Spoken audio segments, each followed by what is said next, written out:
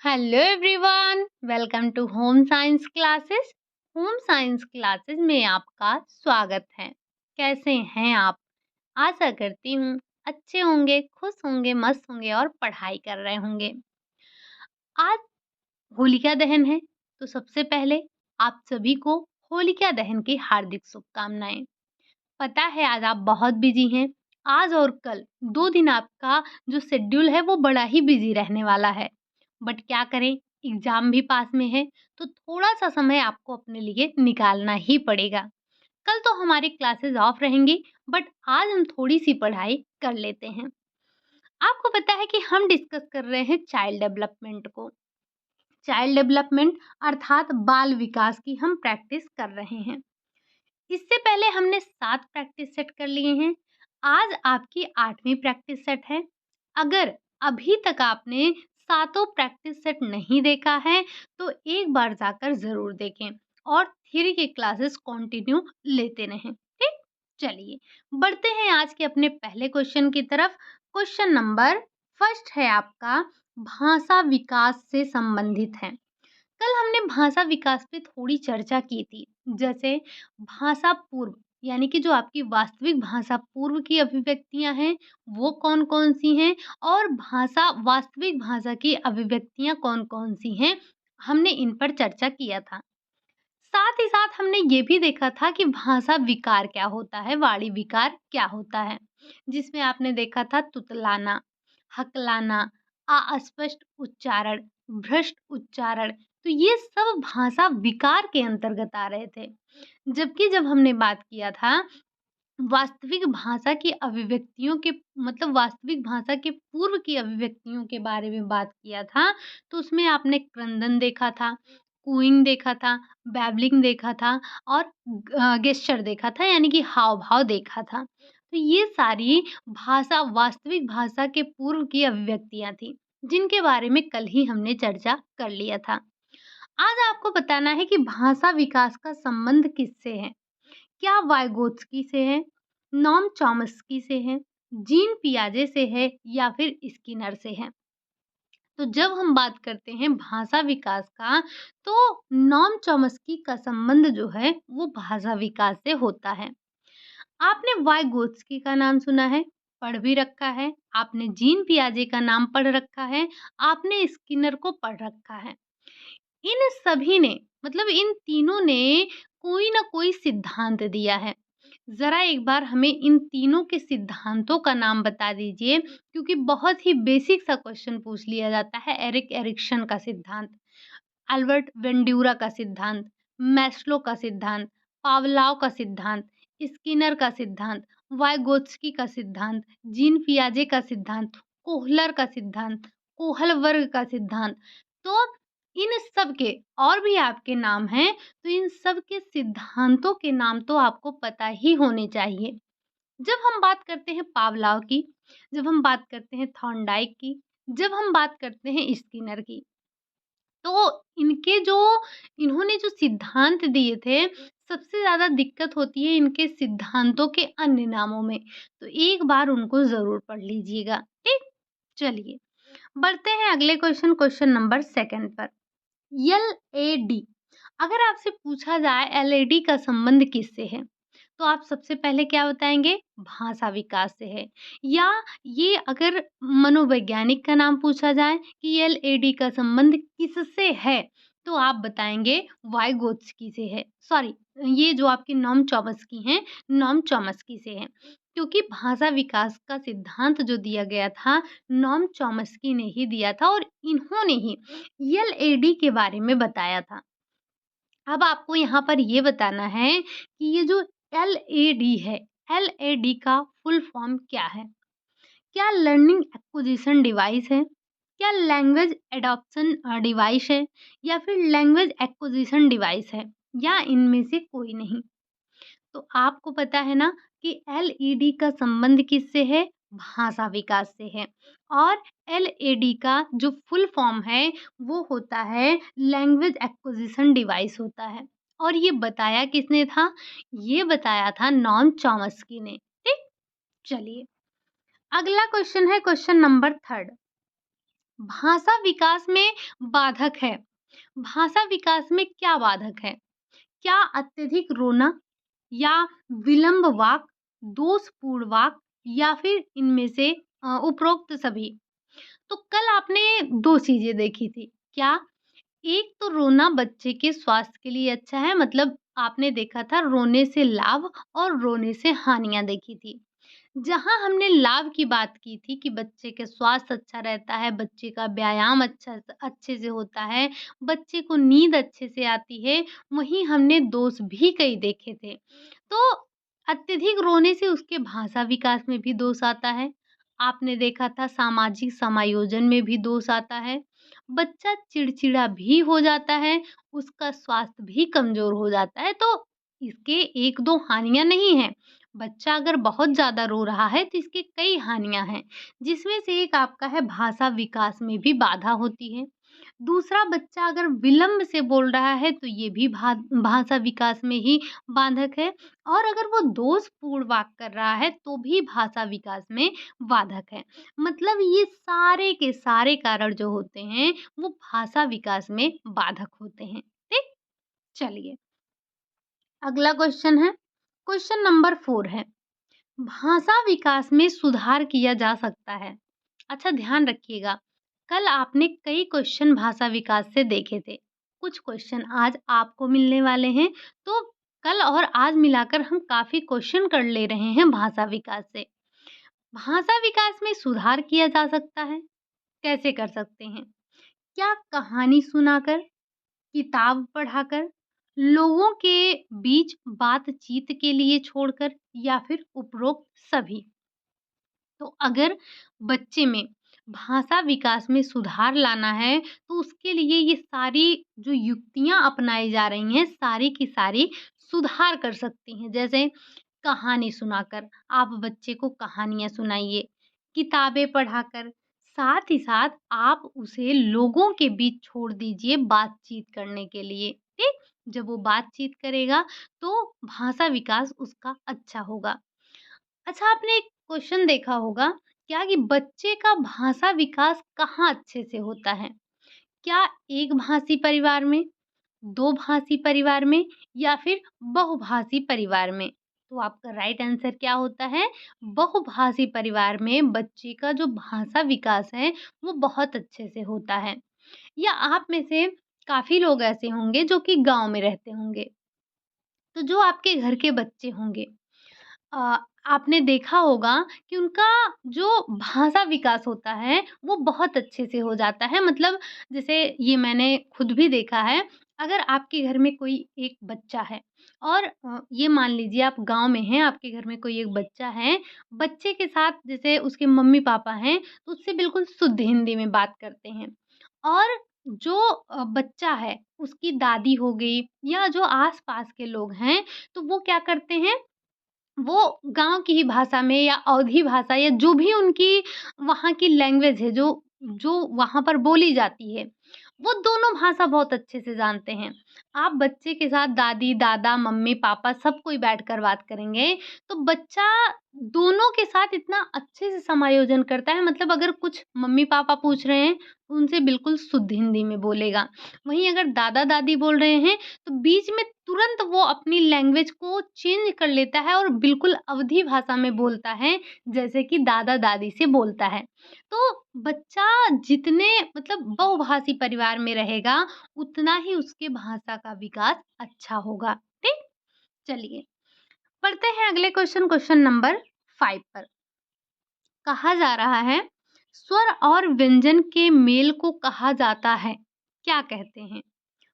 होलोफेशस, फोनोफेशस phonology, morphology या फिर इनमें से कोई नहीं। तो जब हम बात करते हैं स्वर और व्यंजन, जैसे दा दा दा दा, पा पा पा पा, मा मा मा मा, ऐसे बच्चा बोलता है, तो वो स्वर और व्यंजन यानी कि आपने देखा पा, पा ऐसे बोलता है ना, दा, दा ऐसे बोलता है। मतलब स्वर और व्यंजन दोनों को मिलाकर बोल रहा है। तो इसे हम क्या कहेंगे? इसे हम कहेंगे मॉर्फोलॉजी या इसे हम मॉर्फोलॉजी के नाम से जानते हैं। ठीक? चलिए अच्छा, ये होलोफेसिस क्या है? कल हमने डिस्कस किया था इसके बारे में। एक बार कमेंट बॉक्स में ज़रूर बताइएगा कि होलोफेसिस क्या है?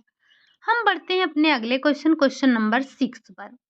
कह रहा है, सामाजिक कारण के प्राथमिक साधन में शामिल नहीं है। सामाजिक करण होना चाहिए था, सामाजिक कारण नहीं, सामाजिकरण है ये, ठीक? तो बच्चे के सामाजिकरण में प्राथमिक कारण या प्राथमिक साधन कौन से नहीं हैं? परिवार नहीं है, स्कूल के साथी नहीं हैं, राजनैतिक समूह नहीं है या फिर पास-पड़ोस नहीं है। तो जब हम प्राथमिक साधन की बात करेंगे तो प्राथमिक साधन वो होते हैं जिनसे बच्चा डायरेक्ट टच में होता है। जैसे परिवार हो गया, उसके स्कूल के साथी हो गए, उसके पास-पड़ोसी हो गए। तो ये समाजीकरण के प्राथमिक समूह में आते हैं, प्राथमिक साधन में आते हैं। जबकि हम राजनैतिक समूह की बात करें, धार्मिक समूह की बात करें, तो ये आपके द्वितीय साधन के अंतर्गत आते हैं। ये बच्चे से बिल्कुल टच में नहीं होते हैं, ठीक? चलिए, अगला क्वेश्चन है, क्वेश्चन नंबर 7। शैशवावस्था का प्रमुख सामाजिक व्यवहार है क्या? झगड़ा व मारपीट करना, ईर्ष्या करना, अनुकरण करना या फिर इनमें से कोई नहीं? अगर हम बात कर रहे हैं शैशवावस्था के प्रमुख सामाजिक व्यवहार की, तो प्रमुख सामाजिक व्यवहार में आता है आपका अनुकरण करना। बच्चा अनुकरण के द्वारा सामाजिक व्यवहार करता है। जैसे उसके घर परिवार में लोगों का रवैया होता है, जैसा वो अपने लोगों का व्यवहार करते देखता है, उसी तरह से वो सीखता है। मतलब बच्चे जो होते हैं वो अपने से बड़ों का अनुकरण करते हैं।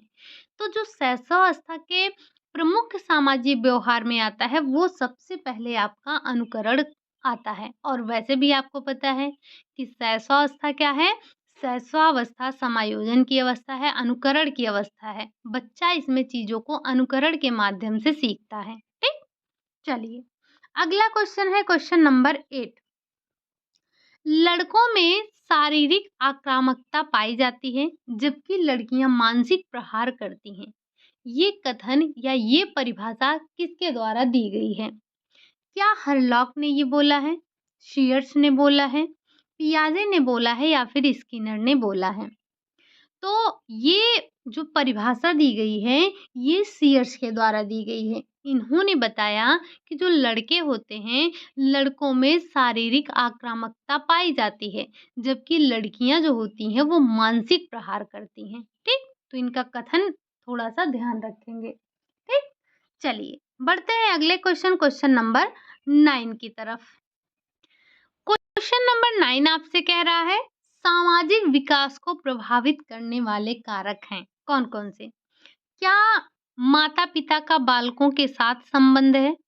माता-पिता का परस्पर संबंध है? परिवार का आकार है या फिर सभी? तो बच्चों के सामाजिक विकास को प्रभावित करने वाले ये सारे कारक होते हैं। माता-पिता का बालक के साथ संबंध कैसा है या माता-पिता का आपस में कैसा संबंध है, उनका परस्पर कैसा संबंध है या परिवार का आकार कैसा है, भाई-बहन में आपस में जो परिवार के लोग रह रहे हैं, परिवार के साथ उनका अपना कैसा संबंध है, ये सारी चीज़ें सामाजिक विकास को प्रभावित करती हैं, ठीक? या सामाजिक विकास को प्रभावित करने वाले कारक होते हैं। बढ़ते हैं अगले क्वेश्चन नंबर 10 पर। निम्नलिखित में से स्थूल क्रियात्मक विकास है कौन-सा? चित्रकारी करना, माला पिरोना, बैठना या फिर लिखना? तो आपने क्रियात्मक विकास पढ़ा था, मोटर डेवलपमेंट पढ़ा था। 2 प्रकार के होते हैं, एक होता है स्थूल क्रियात्मक और एक होता है सूक्ष्म क्रियात्मक। जब हम बात करते हैं स्थूल की, तो जब हमारी बड़ी मांसपेशियाँ कार्य करती हैं, तब वो स्थूल कहलाता है। और जब हमारी छोटी मांसपेशियाँ क्रियाशील होती हैं, तो वो आपका सूक्ष्म क्रियात्मक कौशल कहलाता है या सूक्ष्म क्रियात्मक विकास कहलाता है। अब चित्रकारी करना, माला पिरोना, बैठना या फिर लिखना। तो आपको पता है कि हम लिख रहे हैं, तो भी हमारी छोटी मांसपेशियाँ काम कर रही हैं। माला पिरो रहे हैं, तो भी छोटी मांसपेशियाँ काम कर रही हैं। चित्रकारी बना रहे हैं, तो भी छोटी मांसपेशियाँ ही काम कर रही हैं। हम कैंची से एक सीधी रेखा में कागज़ काट रहे हैं, छोटी मांसपेशियाँ कार्य कर रही हैं। अगर हम कैंची से कागज़ भी काट रहे हैं, तो भी हमारी छोटी मांसपेशियाँ काम कर रही हैं। मतलब कि जब हमारे छोटे मांसपेशियाँ कार्य करेंगे, तो सूक्ष्म क्रियात्मक कौशल होगा, विकास होगा, और जब बड़ी मांसपेशियाँ काम करेंगी, तब हमारा क्या होगा, तब हमारा स्थूल क्रियात्मक होगा, और बैठना एक स्थूल क्रियात्मक विकास है। बैठना हो गया, दौड़ना हो गया, सीढ़ियाँ चढ़ना हो गया, किसी चीज़ को पूरी तरह से उठाना हो गया, पकड़ना हो गया, ये सारी चीज़ें आपकी किसमें आ जाती हैं, स्थूल क्रियात्मक कौशल में। बढ़ते हैं अगले क्वेश्चन नंबर 11 पर। निम्नलिखित में से सूक्ष्म क्रियात्मक कौशल में शामिल हैं क्या? दौड़ना शामिल है, उठना शामिल है, कैंची से सीधी रेखा में कपड़ा काटना शामिल है, या फिर सब शामिल है? तो आपको पता है ना, अभी-अभी हमने चर्चा किया, जब हम बात करेंगे लिखने की, जब हम करेंगे मोतियों की माला पिरोने की, जब हम बात करेंगे चित्रकारी करने की, जब हम बात करेंगे कैंची से सीधी रेखा में कपड़ा काटने की, तो ये सारे के सारे हमारे सूक्ष्म क्रियात्मक कौशल के अंतर्गत आते हैं। और आपने पढ़ रखा है, जो हमारे क्रियात्मक अर्थात मोटर डेवलपमेंट हैं, वो 2 प्रकार के होते ही हैं। कौन-कौन से? एक फाइन होता है, और एक मतलब एक आपका सूक्ष्म होता है, एक आपका स्थूल होता है, ठीक? चलिए, अगला क्वेश्चन है क्वेश्चन नंबर 12। जब बच्चे के पैर के तलवे को सहलाया जाता है, तो वह अपने उँगलियों को पंख की तरह फैला लेते हैं, और यह सहज क्रिया जो है, कौन-सी कहलाती है? या इस प्रकार की जो सहज क्रिया है, उसे हम क्या कहते हैं? क्या इसे हम शक रिफ्लेक्स कहते हैं, या हम इसे प्यूपिलरी रिफ्लेक्स कहते हैं, या इसे हम वेवेन्स्की रिफ्लेक्स कहते हैं, या इनमें से कोई नहीं? तो हम तीनों को इसी वक्त देख लेते हैं। सबसे पहले तो इसके आंसर पर बात कर लेते हैं। तो जो बच्चे के पैर के तलवे को सहलाने पर वो अपने पैर की अंगुलियों को पंखों की तरह फैला ले रहा है, तो ये है आपका बेबिंस्की, ठीक? लेकिन जब वही हम सक रिफ्लेक्स की बात करेंगे, तो आपने देखा होगा जब हम बच्चे के मुँह के पास कुछ ले जाते हैं, वो चूसने लगता है। तो ये आपका सकिंग होता है। प्यूपिलरी क्या होता है? जैसे जब बच्चे के सामने आप प्रकाश लाते हैं या प्रकाश में ले जाते हैं, तो बच्चा अपनी आँखों को तुरंत बंद कर लेता है। मतलब वो चकाचौंध को बर्दाश्त नहीं कर पाता है, तो ये आपका प्यूपिलरी रिफ्लेक्स होता है। बढ़ते हैं अगले क्वेश्चन नंबर 13 पर। ये देखिए, आँखों पर प्रकाश पड़ने पर बच्चे आँखें बंद कर लेते हैं। इस प्रकार की जो सहज क्रिया है, अभी-अभी हमने बताया कि वो पुपिलरी आपका रिफ्लेक्स होता है, ठीक? चलिए, अगला क्वेश्चन है क्वेश्चन नंबर 14। बच्चा बैठकर अपने सिर को सँभालना किस माह तक सीख जाता है? आप पहले देखा होगा आपने, बच्चा लेटे-लेटे अपना सर थोड़ा बहुत इधर-उधर घुमाता है, या बच्चा जब छोटा होता है तो उसका अपने सिर पर कंट्रोल नहीं होता है, इसीलिए तो जब हम बच्चे को उठाते हैं तो एक हाथ हमारा उसके सर के पास होता है। बच्चा अपने सर को कंट्रोल नहीं कर पाता है। लेकिन आपको बताना है कि किस माह तक बच्चा बैठकर अपने सर को सँभालना सीख जाता है? 1 माह में, 4 माह में, 10 माह में, 12 माह में? 1 माह कोई बात ही नहीं है, 10 माह तो बहुत ज़्यादा हो गया, बच्चा इसमें चलने भी लगता है। कोई-कोई बच्चे 9वें महीने में चलने लगते हैं, 11वें महीने में तो अच्छे से चलने लगते हैं। 12वाँ महीना नहीं, बचा क्या आपका चौथा महीना। तो जो 4 महीने तक बच्चा 4 महीने के अंत आते-आते बच्चा क्या करता है, अपने सर को सँभालना यानी कि बैठकर अपने सर को सँभालना सीख जाता है। आपने देखा भी होगा 5वें महीने में बच्चा बैठने भी लगता है, कुछ-कुछ बच्चे सहारे के द्वारा बैठने लगते हैं। तो इसमें आपको 4 माह दिया ही गया है, बाकी अगर ये राउंड फिगर लिया जाएगा तो 4 से 5 माह, ठीक? चलिए, अगला क्वेश्चन है क्वेश्चन नंबर 15। गैसेल के अनुसार शिशुओं में पाई जाने वाली नेत्र गतियाँ हैं, मतलब जो शिशु है वो कितने प्रकार की नेत्र गतियाँ करता है? क्या वो समानांतर नेत्र गतियाँ करता है, लंबवत नेत्र गतियाँ करता है, वृत्ताकार नेत्र गतियाँ करता है या फिर उपरोक्त सभी? तो देखिए, ये बच्चे के अंदर ये 3 प्रकार की नेत्र गतियाँ पाई जाती हैं। समानांतर क्या है? समानांतर का मतलब ये है कि जब बच्चा दाएँ से बाएँ और बाएँ से दाएँ देखने लगता है। लंबवत में होता क्या है? तो लंबवत में बच्चा ऊपर से नीचे और नीचे से ऊपर देखता है। जब वृत्ताकार नेत्र गतियों की बात करेंगे, तो इस अवस्था तक आते-आते बच्चा किसी भी दिशा में देख सकता है, ठीक? तो ये तीनों प्रकार की गतियाँ बच्चे की आँखों में पाई जाती हैं और ये बताया किसने है? गैसल ने बताया है। बढ़ते हैं अगले क्वेश्चन नंबर 16। बच्चों में सामाजिक मुस्कान किस माह तक आता है?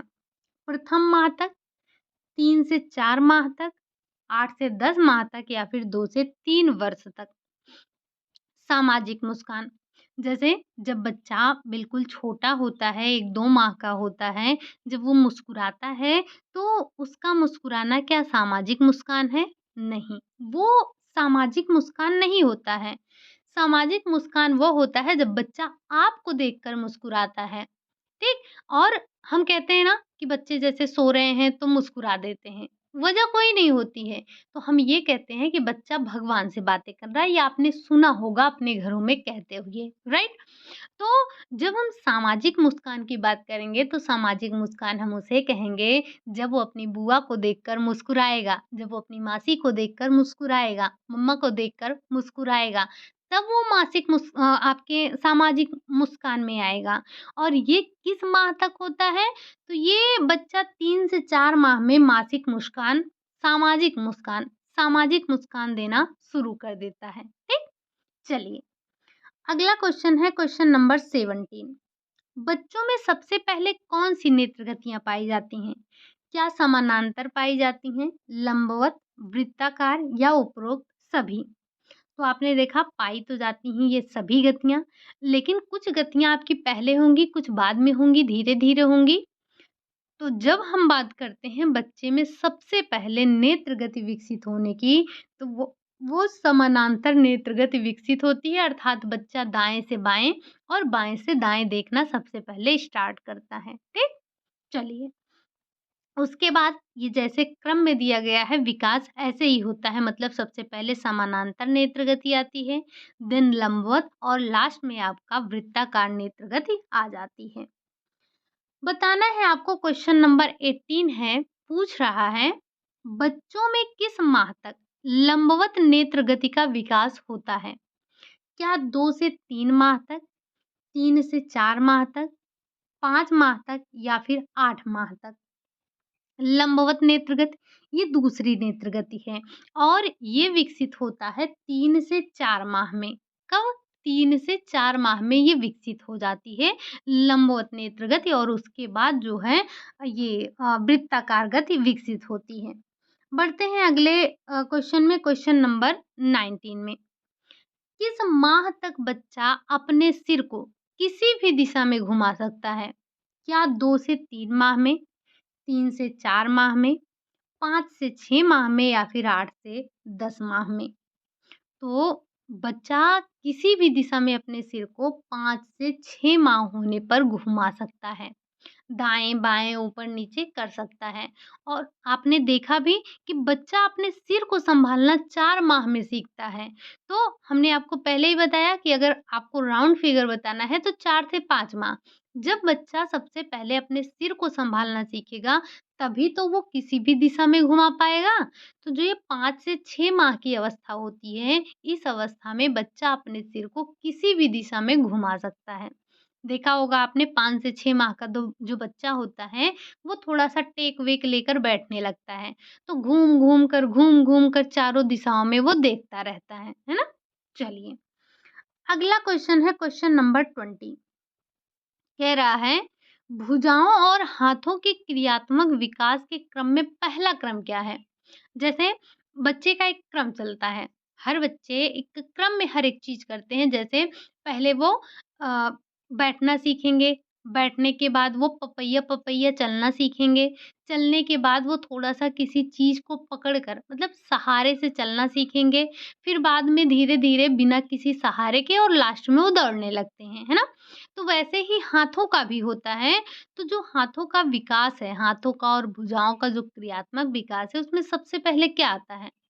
क्या बच्चा सबसे पहले किसी वस्तु को पकड़ेगा या किसी वस्तु को छुएगा या सबसे पहले वो हाथ फैलाएगा या वो मुट्ठी से पकड़ लेगा?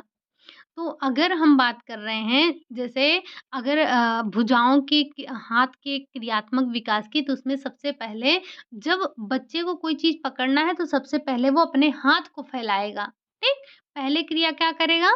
पहली क्रिया वो अपने हाथ को फैलाएगा, ठीक? चलिए, अगला क्वेश्चन है क्वेश्चन नंबर 21। वाटसन के अनुसार वाटसन महोदय का क्या कहना है? शिशुओं में पाए जाने वाले प्रमुख संवेग नहीं हैं। आप ये बहुत अच्छे से जानते हैं कि वाटसन ने बताया है कि शिशुओं में 3 प्रकार के संवेग पाए जाते हैं। अब इनमें से कौन-सा एक संवेग नहीं है आप बताइए? क्या क्रोध नहीं है, ईर्ष्या नहीं है, भय नहीं है या फिर प्रेम नहीं है? आपको याद होगा वाटसन के 3 प्रमुख संवेग क्या थे? क्रोध था, भय था, प्रेम था। ईर्ष्या उन्होंने नहीं बताया था, तो आपका राइट आंसर क्या हो जाएगा? ईर्ष्या। ईर्ष्या इनके संवेगों में शामिल नहीं है। इन्होंने ईर्ष्या की बात नहीं की थी जब इन्होंने एक बच्चे के संवेग के बारे में बताया था। किसने? वाटसन ने। बढ़ते हैं अगले क्वेश्चन, क्वेश्चन नंबर 22 पर। बुद्धि के एक कारक सिद्धांत के प्रतिपादक हैं। कल आपने द्विकारक सिद्धांत के प्रतिपादक के बारे में समझा था। क्या स्पीयरमैन है, थॉर्नडाइक हैं, अल्फ्रेड बिने हैं या फिर इनमें से कोई नहीं? तो स्पीयरमैन ने द्विखंडात्मक या द्विबुद्धि का सिद्धांत दिया था, जबकि हम बात करें अल्फ्रेड बिने की तो इन्होंने बुद्धि के एक सिद्धांत का प्रतिपादन किया था। किन्होंने? अल्फ्रेड बिने ने। ज़रा हमें ये बताइए कि थॉर्नडाइक ने कौन से बुद्धि का सिद्धांत दिया था? जल्दी से कमेंट बॉक्स में बता दीजिएगा। बढ़ते हैं अगले क्वेश्चन, क्वेश्चन नंबर 23। स्पीयरमैन ने द्विखंडात्मक बुद्धि सिद्धांत में जन्मजात बताया है। किसे? यस फैक्टर को, जी फैक्टर को, दोनों को या फिर इनमें से कोई नहीं? तो सबसे पहले जो स्पीयरमैन ने द्विखंडात्मक सिद्धांत बताया था, उसमें द्विखंडात्मक में कौन-कौन था? एक आपका एस फैक्टर था और एक आपका था जी फैक्टर। तो इन्होंने एक को बताया जन्मजात और एक को बताया अर्जित। अब ये बताइए कि जन्मजात किसको बताया था? तो इन्होंने बताया कि जो लोगों में या व्यक्तियों में जो द्विखंडात्मक बुद्धि का सिद्धांत है, उसमें से जो आपका यस फैक्टर है, यस फैक्टर क्या है? तो ये आपका यस फैक्टर जो होता है, ये अर्जित किया जाता है। जबकि इन्होंने जी फैक्टर को क्या बताया कि ये सामान्य है, जनरल फैक्टर है और ये हर किसी में पाया जाता है, ये जन्मजात होता है। ठीक? तो यस फैक्टर किससे संबंधित है? अर्जित से संबंधित है। जी फैक्टर किससे संबंधित है? तो वो जन्मजात है, आनुवांशिक है। ठीक? अगला क्वेश्चन है क्वेश्चन नंबर 24। बहुतत्व सिद्धांत किसने प्रतिपादित किया? ये बुद्धि के बहुतत्व सिद्धांत की बात हो रही है। किसने प्रतिपादित किया? क्या स्टर्नबर्ग ने किया था? थॉर्नडाइक ने किया था? स्पीयरमैन ने किया था या फिर इनमें से किसी ने भी नहीं किया था? भले ही नाम बहुतत्व का सिद्धांत है, प्रतिपादक हैं थॉर्नडाइक महोदय। इन्होंने 3 प्रकार की ही बुद्धि बताई थी। नाम इनका क्या है? बहुतत्व सिद्धांत। लेकिन बताया क्या था इन्होंने? इन्होंने 3 प्रकार की बुद्धि का ज़िक्र किया था। एक आपका मूर्त बुद्धि थी, अमूर्त बुद्धि थी और तीसरी आपकी यांत्रिक बुद्धि थी। तो इसी 3 प्रकार के बुद्धियों की बात किसने की थी? थॉर्नडाइक ने की थी। ठीक? चलिए, अगला क्वेश्चन है क्वेश्चन नंबर 25। थॉर्नडाइक के अनुसार बुद्धि होती है तो यही मूर्त होती है, अमूर्त होती है, सामाजिक बुद्धि होती है, मतलब कि अभी-अभी हमने इसी के बारे में एक्सप्लेन किया था। 3 प्रकार की बुद्धियाँ हैं, मूर्त, अमूर्त, सामाजिक। अच्छा, एक-एक उदाहरण आप हमें बता दीजिए कि अगर किसी की मूर्त बुद्धि है तो वो क्या बन सकता है? अमूर्त बुद्धि वाला व्यक्ति क्या बन सकता है? ये सामाजिक बुद्धि किस में पाई जाती है? एक-एक उदाहरण आप हमें बता दीजिए। ठीक? चलिए, अगला क्वेश्चन है क्वेश्चन नंबर 26। थर्स्टन बुद्धि के समूह कारक सिद्धांत में शामिल नहीं है। थर्स्टन ने बुद्धि के समूह कारक का सिद्धांत दिया था। अब इनके अनुसार इसमें कौन-सा शामिल नहीं है? क्या शब्द योग्यता नहीं है? संख्यात्मक योग्यता नहीं है, शब्द प्रवाह नहीं है या फिर सांगीतिक बुद्धि नहीं है। तो जब हम बात करते हैं थर्स्टन की, तो इन्होंने 7 प्रकार की बुद्धि का ज़िक्र किया था, लेकिन उसमें सांगीतिक बुद्धि की चर्चा नहीं की थी, सांगीतिक बुद्धि का ज़िक्र नहीं किया था। बाकी शब्द प्रवाह, संख्यात्मक योग्यता, शब्द प्रवाह, ये तीनों की ज़िक्र इन्होंने किया था। बढ़ते हैं अगले क्वेश्चन, क्वेश्चन नंबर 27। थर्स्टन ने प्राथमिक योग्यताओं का समूह कितना बताया? 5, 7, 10, 12। तो अभी-अभी हमने ज़िक्र किया कि 7, अगर किसी को सातों याद हो तो एक बार ज़रूर बताइएगा, अदरवाइज़ हम आपको टेलीग्राम पर एक बार ज़रूर भेजेंगे। बढ़ते हैं अगले क्वेश्चन, क्वेश्चन नंबर 28 पर। गार्डनर ने बुद्धि का सिद्धांत दिया। गार्डनर ने किस बुद्धि का सिद्धांत दिया था? क्या बहुप्रतिभा सिद्धांत दिया था? बहुतत्वीय सिद्धांत दिया था? त्रिबुद्धि सिद्धांत दिया था या फिर उपरोक्त सभी दिया था? तो जब हम बात करते हैं गार्डनर ने बुद्धि का सिद्धांत दिया था, तो गार्डनर के बुद्धि का सिद्धांत कौन-सा था? तो इन्होंने जो सिद्धांत दिया वो त्रिबुद्धि का सिद्धांत दिया था। ठीक? चलिए, अगला क्वेश्चन है क्वेश्चन नंबर 29। गार्डनर थे, ये कहाँ के मनोवैज्ञानिक थे? अमेरिका के थे, जर्मन के थे, अफ्रीका के थे या फिर इनमें से कोई नहीं? तो ये जो आपके गार्डनर महोदय थे, ये कहाँ के थे? गार्डनर ने किस बुद्धि का सिद्धांत दिया था? अभी-अभी आपने देखा, और ये बताइए कि गार्डनर कहाँ के थे? ये जो आपके गार्डनर थे, ये एक अमेरिकन मनोवैज्ञानिक थे, और इन्होंने जो सिद्धांत दिया था, यहाँ पर थोड़ा-सा करेक्शन करिएगा, इनका जो सिद्धांत था वो बहुप्रतिभा का सिद्धांत था, त्रिबुद्धि का सिद्धांत इनका नहीं था। हम बात करते हैं जब त्रिबुद्धि का सिद्धांत, तो वो तो स्टर्नबर्ग ने दिया था, और बौद्ध तत्व का सिद्धांत तो अभी-अभी आपने देखा कि थॉर्नडाइक ने दिया था। ठीक? तो ये जो आपके गार्डनर हैं, ये कहाँ के मनोवैज्ञानिक हैं? तो ये आपके हैं अमेरिकन मनोवैज्ञानिक। ठीक? चलिए, अगला क्वेश्चन है आपका क्वेश्चन नंबर 30। ठोस व तरल बुद्धि का सिद्धांत किसने प्रतिपादित किया? गार्डनर ने किया, थॉर्नडाइक ने किया, गिलफोर्ड ने किया या फिर आपके आरवी कैटल ने दिया था। तो आरवी कैटल का नाम पूरा है रेमंड वी कैटल, और इन्होंने ही ठोस व तरल बुद्धि का सिद्धांत प्रतिपादित किया था। जैसे आपने स्पीयरमैन के बुद्धि के सिद्धांत को 2 पढ़ा था, इन्होंने 2 सिद्धांत दिया था, एक था एस फैक्टर और एक था जी फैक्टर। एक इनका भी जन्मजात था और एक इन्होंने भी अर्जित बताया था।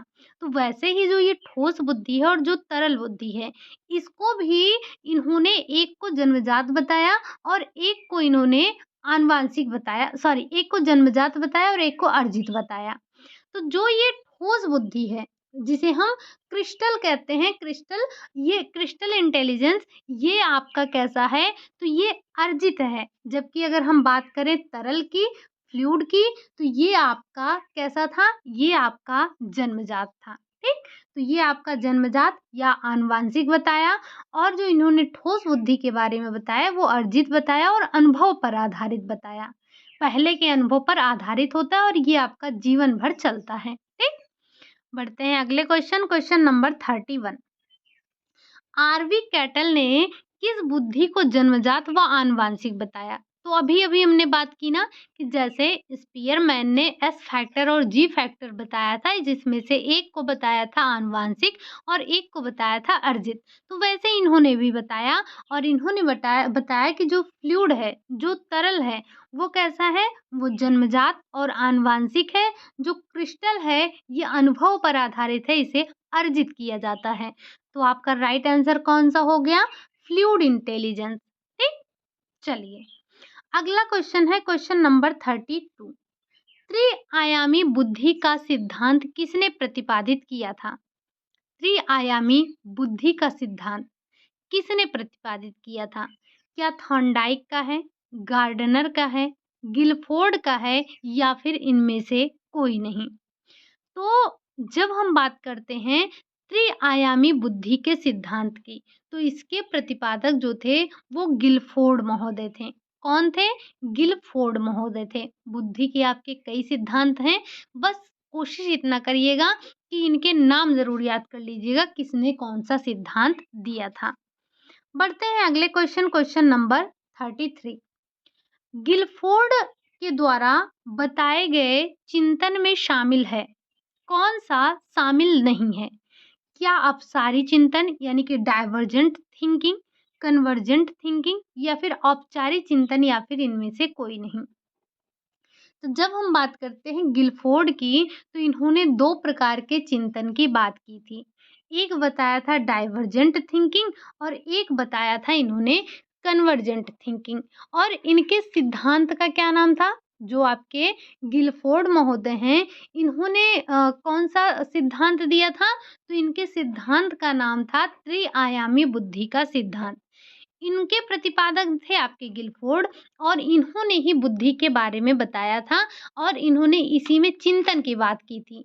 तो जो आपका डाइवर्जेंट थिंकिंग है, यानी कि जिसे हम अपसारी चिंतन कहते हैं, थोड़ा-सा इसके बारे में भी समझते हैं।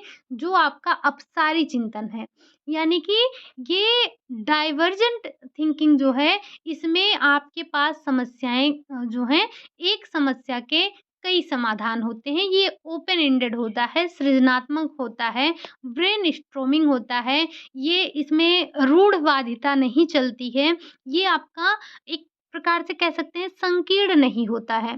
जबकि अगर हम बात करें अभिसारी की, कन्वर्जेंट थिंकिंग की, तो इसमें समस्या का एक ही समाधान आपको दिखेगा। ये आपका क्लोज एंडेड होता है। ये एक प्रकार से रेखीय चिंतन होता है।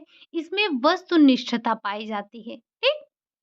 तो ये आपके 2 प्रकार के इन्होंने चिंतन बताए थे, किसने? गिलफोर्ड ने। और ये इन्होंने चिंतन कब बताया था? तो ध्यान रखेंगे थोड़ा-सा नाम हम, 1956, ठीक? चलिए, अगला क्वेश्चन है क्वेश्चन नंबर 34। मेंटल एज का संप्रत्यय किसने दिया था?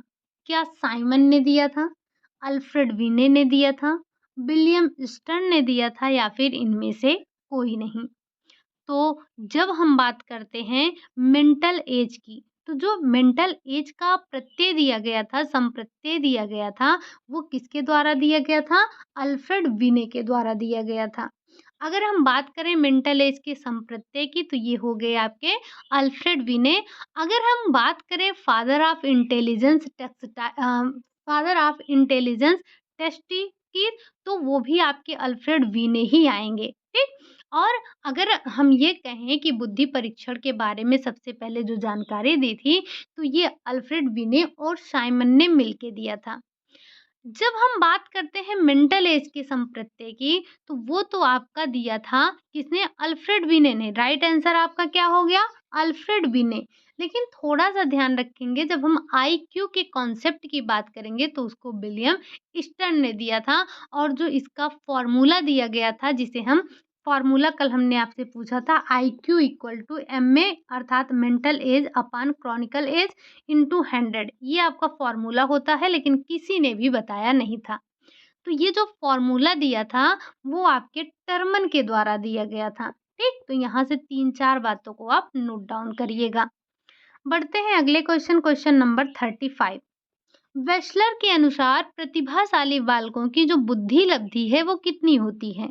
110 से कम होती है, 110 से अधिक होती है, 140 से अधिक या फिर 100 से भी कम होती हो। जब हम बात करते हैं एक प्रतिभाशाली बालक की, तो उसकी जो बुद्धि लब्धि होती है वो 140 से ऊपर होती है। जब हम 130 पर आते हैं तो वो अति श्रेष्ठ बालक होते हैं और श्रेष्ठ बालक की जो आईक्यू है 120 टू 129 होती है। इसमें इन्होंने औसत बालक कितना बताया है? औसत बालक की बुद्धि जो बताई है इन्होंने, वो बताई है 92 लेकर 109 तक बताई है। इन्होंने ही मंद बुद्धि को बताया है जो कि 70 से कम होती है और ये कल भी हमने चर्चा किया था। ठीक? चलिए, अगला क्वेश्चन है क्वेश्चन नंबर 36।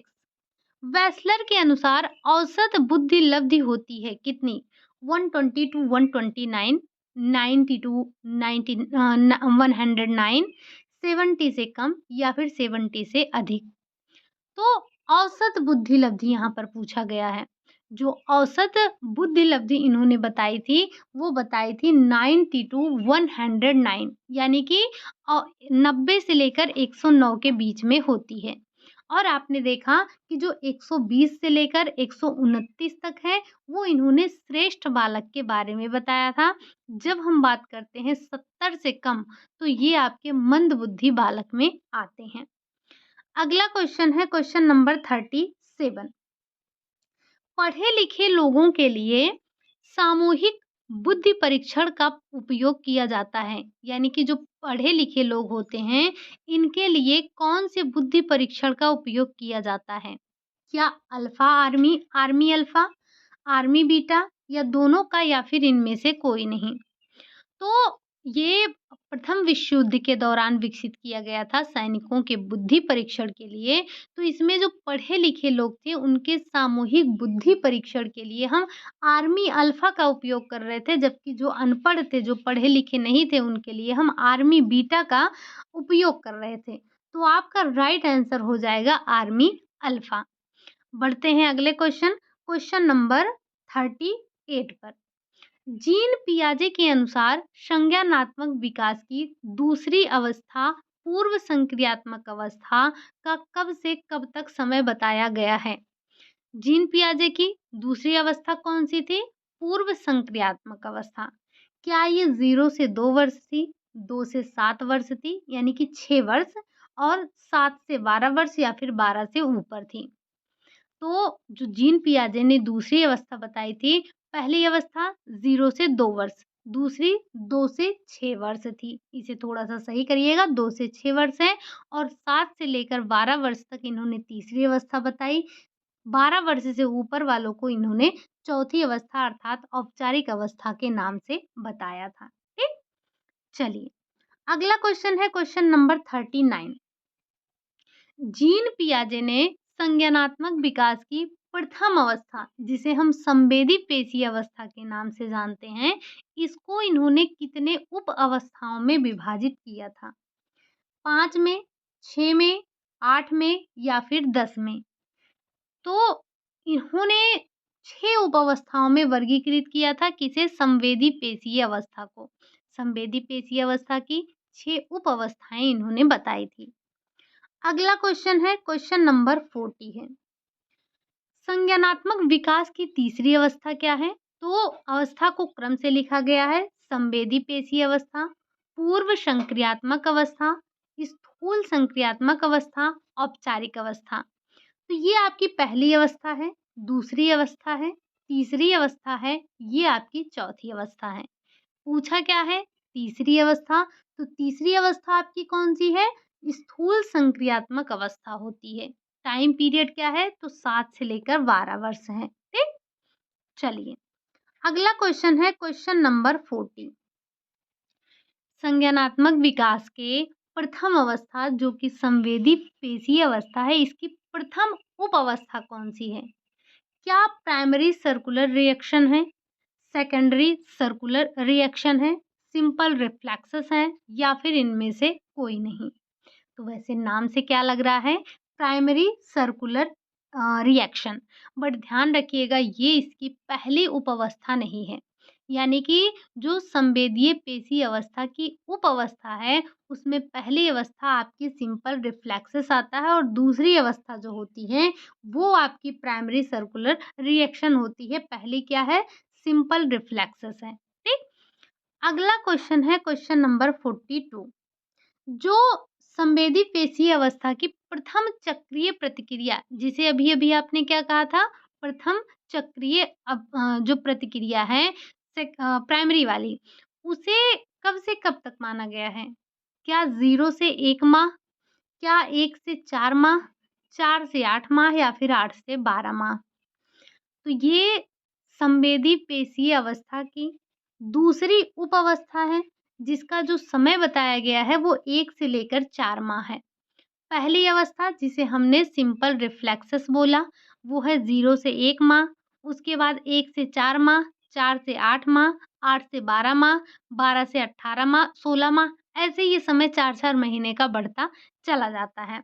और ये जो आपका प्रथम चक्रीय प्रतिक्रिया है, ये आपकी दूसरी अवस्था है, जिसका समय होता है 1 से लेकर 4 माह तक। ठीक? चलिए, अगला क्वेश्चन है क्वेश्चन नंबर 43।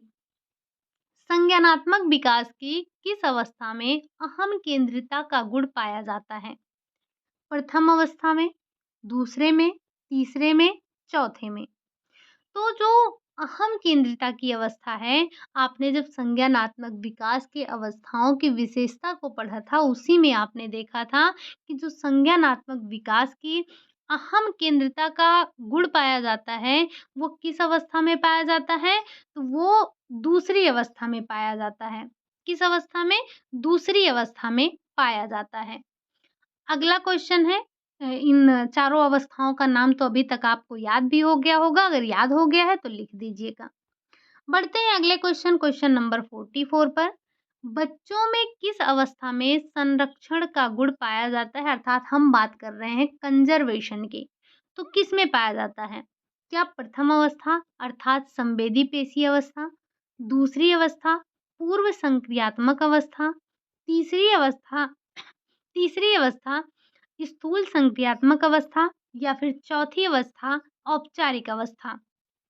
तो जो कंजर्वेशन का गुण पाया जाता है वो तीसरी अवस्था यानी कि स्थूल संक्रियात्मक अवस्था में पाया जाता है। ठीक? अगला क्वेश्चन है क्वेश्चन नंबर 45 और आज का आपका लास्ट क्वेश्चन है। क्या परिकल्पनात्मक चिंतन, अमूर्त चिंतन, वैज्ञानिक सोच, ये सारी की सारी विशेषताएं किस अवस्था की हैं? संवेदी पेशी अवस्था की हैं, मूर्त संक्रियात्मक अवस्था की हैं, पूर्व संक्रियात्मक अवस्था की हैं या फिर ये आपकी औपचारिक अवस्था की हैं। तो आपने क्या पढ़ रखा है? संज्ञानात्मक विकास की 4 अवस्थाएँ यही हैं। इसी को आपने पढ़ा है।